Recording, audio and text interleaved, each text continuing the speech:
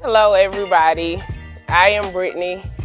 We're here live with a bunch of cameras and lights. I am nervous, so I am excited as well. We're here to record Projects to the Palace. This is a mirror of my life and my story. Many people know me from being in the palace as a registered nurse, but there are few people who know where I started.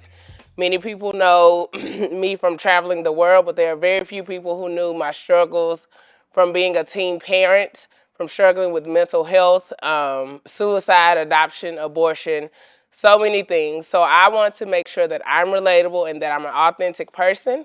This is your opportunity to learn me from the inside out. So let's go on this journey together, and I pray that I could touch as many people as possible by telling you my story and you getting to know who I really am.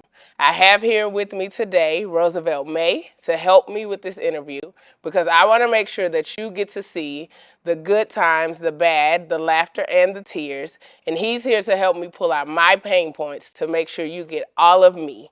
So let's do this. Thank you, Brittany. Again, I'm Roosevelt May. I'm actually Brittany's cousin. Uh, Brittany's mom and I are first cousins, so Brittany and I are second cousins. We want to jump right in and start talking about what we're here to talk about, Brittany. I mean, your struggles have been. I personally watched them, watch you grow up as a little girl and go through some of the things that you went through. We want to talk about, first of all, the topic is, the projects to the palace. Uh, Tell us, again, starting with some humble beginnings, some of the things that you've been through in your life, kind of starting being forced to go and live in the projects. Tell us and tell the audience how you got to that point. Okay. So growing up, I grew up in a two-parent household with two parents. My mother married. I grew up very well. I'm not gonna say I made the mistake, but I did. I was pregnant, and because I was pregnant, I was kind of forced because of my situation out of my mom's home, and that's how I ended up in the projects. Wow. Excuse You, me. you know that my wife and I remember visiting you Hmm. in the projects, and one thing that we noticed really quickly was that you were bright as a teen, as a young teen, and a young mom. Hmm. You had this bright light and a desire to do something other than just the norm of what you saw. We both, obviously being from Monroe, Louisiana, a very tough environment as far as economic environment. Uh, our families really struggled coming up to do the very best. My mom, your mom, uh, struggle to provide, right? So Yeah. how did that impact you as a young woman coming up? For me, it started with a thought. Um, I saw my son, and each day I saw my son, I had to realize that there was no one to save me. Hmm. Yes, my mom was a healthcare professional. Hmm. I looked around, I saw my mom. I had an aunt who was successful, but there was really no one around where could reach out and say, "Hey, save me from this situation." Absolutely. So, with that being said, I realized I had to save myself. Sure. And me saving myself had to start with a thought and a mindset shift. Yes. Even though I saw myself around in the projects, drug infested area, it started with that thought. And I Hmm. had to sit back and think of who do I want to be. Okay. So I saw the vision of myself and who I wanted to be. With that, I wrote like messages all on my mirror. I took lipstick, wrote messages to myself, scripture, all those types of things. And I said those things to myself on a daily. I would see my son. He got to go through like a housing project. He went to Our Lady of Fatima. I would see us drive up to the school. Me sometimes like my little car cutting off. Other parents driving up in their Escalades. All the children that did not look like him, well Sure. off. Sure. You know, and we're kind of like the charity project Okay. of the school. So I'm like, okay, this is not what I want for my kid. Right. Um, So all of that mental shaping there, I'm like, I see that and I want that. Sure. Growing up, no one just really told me, but just my environment kind of said to me, like, African American people are not really deserving of this. A private school like Our Lady of Fatima is a quote unquote school for white kids. Yes. A Cadillac Escalade, that's what the white people drive. Sure.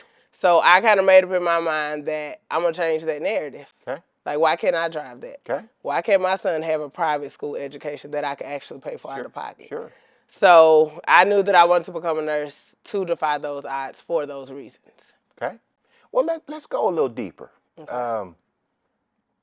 You ended up, I know quite a bit about your background and what, but I want you to tell the audience, you ended up in the projects, not because that was a place that you didn't have a poster on your wall growing up saying that, a picture like of the projects, and that's where you ultimately want to live, right?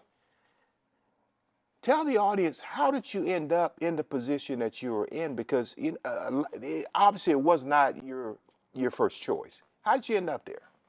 I ended up in the projects because I got pregnant out of wedlock. Of course, me growing up in a Christian environment, a Christian home, my stepfather was a pastor. Getting pregnant was just not the ideal situation for me. Getting pregnant was shunned upon. That is the last thing that I should have done. To the point of I hid my pregnancy up until I was 36 weeks. Wow. No one knew I was pregnant. I hid it. I had a plan for myself and a plan for my child. That plan included like me all the way, I had it all planned out. I would go, I would have this baby. I have an adoption family for him. And I would go have my baby and I would go back and finish my prerequisites for medical school. Prior to that, I went to an abortion clinic. Wow. Arrived at the abortion clinic, and I remember the technician telling me, "Miss Lewis, I'm sorry, we don't give abortions this far along. You need to go to a hospital, and you need to seek medical care." Went to the hospital to confirm, and she said, "I'm sorry, ma'am, you're 33 weeks pregnant." And I'm like, "Are you sure?" And she said, "I am positive." So at that point, I'm just like this lost teenager trying to figure it out. I can't tell anybody. I have no refuge. I already know I can't go home and tell my mama. Sure. I can't go to the church. I don't have any family to run to. So I'm just in this box by myself. Okay. So then what's next? I go to Planned Parenthood. I'll never forget. I mean, I don't remember her by name, but I remember her telling me, like, you are alone. You need to remember this. You are alone. That is your reality. You are alone. I just remember those words in my head. They will never leave me. So you are alone stuck with me. And then that's when I knew, like, you got to take this into your own hands. With that being said, I went, did a Medicaid application, got me some Medicaid, started going to my appointments, couple ER visits. Like, I would just go sit in the ER just to make sure that my baby at the time was well. Sure. Until my Medicaid kicked in. And then I went to the state hospital, and that's where I was receiving medical care. At the state hospital, of course, I was not the perfect patient. They don't want to see me. Like, who is this girl that she would come in here and say she didn't know she was pregnant? Yes. I don't get the best care there because how could she? Right. Where's her child's father? Not knowing that I'm just a teenage girl who decided to have sex one time and I got pregnant. Wow. So in the midst of all of these things, at some point I have to tell somebody. Sure. I go to a hospital visit and the doctor tells me, you have to stay here.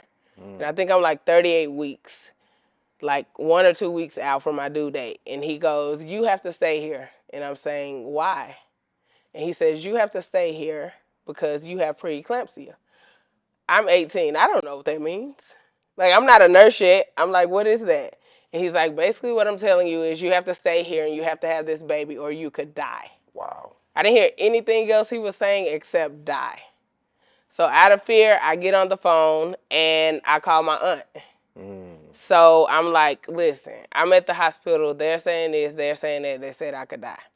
So she's like, Brittany, you got to call your mama. I'm like, I'm not telling my mama this. I'm not telling my mama nothing. It's no way I'm telling my mama I'm pregnant. She's like, okay, you have to tell your mama. And if you're not going to tell her, I'm going to call your mama. I'm like, I am not about to experience Clash of the Titans. This is not what we're about to do. So my Aunt Nuda calls to tell my mama, I just got to get ready to have a baby. So I call Byron's grandmother. We go, we get a bag, we're going to the hospital, and we're getting ready to have a baby. Half of the things there, it was so traumatizing, I can't even break down to you. One of the very distinct things that I do remember during this time is how I was treated as a young black woman who was that far along in her pregnancy. It was traumatizing, but it also shaped me. There was this one particular nurse, I remember I was in pain, didn't really know what an epidural was, so they asked me initially, like, do you want an epidural? And I was saying no, because they're telling me, like, oh, it's a needle in your back, it's this, it's that. So I'm like, no, because I'm scared. She's like, well, okay, you're going to have to do this naturally. And I'm like, okay, well, I'm going to do it naturally. So, of course, naturally in pain, I'm like screaming, acting a fool. Back then in Conway, it's like 2 patients in one room. So it's 2 people in the room, 2 families. And I remember this particular nurse, like she was mean as ever. And so she was like, well, you need to keep this oxygen on or your baby's going to be retarded. Like just kind of snatching me around the bed. And this is in my most vulnerable moments. Wow. And I remember specifically telling her, like, you know, I'm going to become a nurse just so I will never treat anybody like you treat me. So although it was traumatizing, she also shaped me and made me like who I am today. So when I went back to work at that hospital, I looked for her. She was not there. She was like out travel nursing. So I hope she sees this video today so that I can tell her, like, thank you. You made me who I am. Like, I wanted to be a labor nurse because of you. And I've never treated a person the way that you treated me. You know, you talked about you couldn't go to your church. You couldn't go to your mom. There was nobody that you could go to at this time as a teenager and pregnant. Let's go a little deeper. Go there. I mean, talk about why you felt you couldn't go to your church. Because, you know, I know, I mean, churches, that's what churches are for, right? That's what parents and loved ones are for, is when there's adversity, there's problems, children should be able to go. Folks should be able to go to the church. Talk about why you felt you couldn't go and seek the help that you needed at the time that you needed it. I mean, I hear you, but let's just be real here, too. I mean, I know the camera's here, but we just have to be honest. Absolutely. I mean, and that, for me, that was in 2007. We're in 2023. Yes. I still know teen girls who feel they can't go to their parents. Okay. Parents will put on a facade and a face like, you know, oh, I'll accept my baby, or this is my daughter, I'll do this, I'll do that, but they still make it uncomfortable. It's not a welcoming environment. Like we have baby showers and things like that to act like we're welcoming, but you still make it hard for the teen, or you still make it hard for the mother, or at some point she has to hear, well, you know, like me, I'm just talking about me. I just have to say what happened to me. Sure. My mom made the statement to me like, oh, you're ruined now. Or, you know, I've heard, you know, from people in my family, you're spoiled milk. Like, what does that mean? Meaning you had a baby out of wedlock, so now a man's never going to marry you. You're not valuable anymore. In the church that I was actually in at the time, I was very active in that church. I was active in my youth ministry. I was over the dance ministry. Like, I showed up for that church. My heart was in that church. Absolutely. Still couldn't show up in that church pregnant. And actually, after I had Byron, I wanted to return to my church. But I was told I had to apologize to my pastor for what I did before returning. Wow. And because of that, I never returned to that church because my pastor is not God. Why am I apologizing to you? Amen. So if anything, I'm hoping that somebody hears this, even that pastor or someone else, where they can realize people make mistakes And I feel like pregnancy is one of the few sins that people see on the outside. Yes. Like you have a pastor that probably sins and gets in your pulpit, but you can't see his sin. Yes. But if I'm pregnant and I walk in the church and you don't see a ring on my hand and you don't see me with my husband, then you're giving me the side eye. Everybody sins. So why not embrace this young lady? Absolutely. Why not let her know that, hey, you made this one mistake, but ultimately children are still a gift from God. Yes. This is still in your plan. Yes. Like you can still live a full life. Yes. You can still do the things that you wanted to do. Absolutely. So I don't even know where we started, but yeah, I could go on and on. I understand. You know, what would you say? What would you say to the teen that's pregnant right now, that's watching this podcast? What would you tell her? What resources? How could you encourage her to keep going, regardless of all the negative that's around her? That's people are telling her to do this and do that and don't do this, and some of the stuff that you went through. How could you encourage her? My message would be, young lady, this is just a season. Teen pregnancy is not a stop. This is not the end of your life. This is not over. Your dreams do not stop here. Teen pregnancy does not define who you are. You can still live out your dreams and be a mother. You can still do the things that you set out to do and be a mother. Being a mother does not mean that you cannot be who you set out to be. There are resources out there for you. There is help. You are not ruined. You are still valuable to the world. Great information. Well, we're talking about from the projects to the palace. What does your palace look like? From being a teen mom? Absolutely. Okay. So my project standpoint in motherhood was this teen mother with no resources, on welfare, food stamp, all of these things. My palace part of motherhood is I now have a son who is a valuable, very valuable young man. He's very mannerable. Yes. He's an asset to the world. He's an asset to me. He's now a high school athlete. He's a Christian young man. Everywhere he goes, you know, people come back. And I mean, I know it's on him and not me, but I still kind of stick my chest out. I always get to hear, like, Byron is mannerable. Byron did this. Byron did that. I saw Byron help a homeless man. Yes. Byron helped me carry my grocery in. Byron helped somebody change a tire. Yes. So with that being said, it just puts a smile on my face because initially I was, like, punished for having a Byron. Right. And now Byron is like the crown of Brittany. Yes. So that's my palace. You know, you with all the struggles that I've witnessed you go through. You know, at a point I saw it, but I didn't know what I could personally do to help. Right. Sometimes adversity and being in a tough spot, you're just in a tough spot and you're alone. You know, you've talked about in the past of how being alone impacted you through this situation. How was the loneliness and the things that you had to endure by yourself? How did that? Number one, how did it impact you? Number one, number two, how did you work your way out of that situation? Because it was a miraculous transformation. Now being in alone, just sitting in it, it does not feel good. But just looking back over it, some things you have to be alone in because that's where I learned what I was capable of. Sure. If I had a hero for every situation I was in, Yes. I would not be who I am and I would not know what I was made of. Right. There's no other way to learn what's on the inside of you or to have it be birthed without actually going through it. Sure. The transitions come in knowing there's not going to always be a savior. The development comes in the pain. And most of that is just out of faith. Right. Like not even seeing or knowing where your next is going to come from, Sure. but still speaking your next. Yes.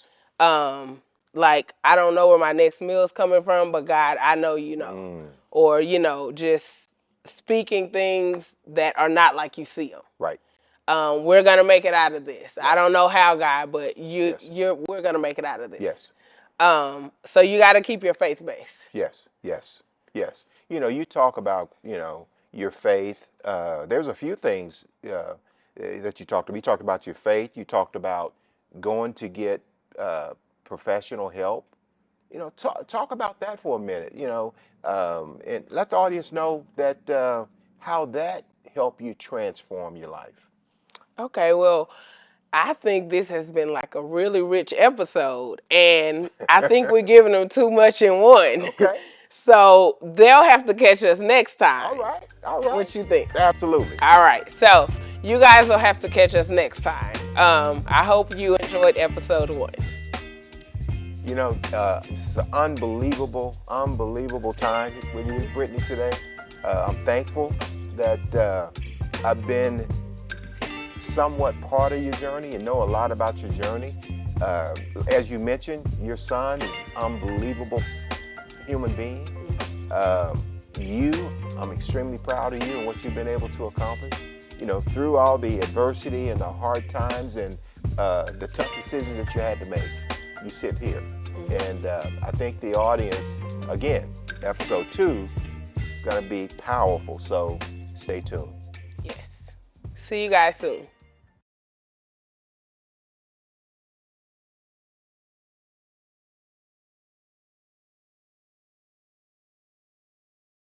It started with a thought. I saw my son, and each day I saw my son, I had to realize that there was no one to save me. Like, I don't know where my next meal is coming from, but God, I know you know. Or, just speaking things that are not like you see them.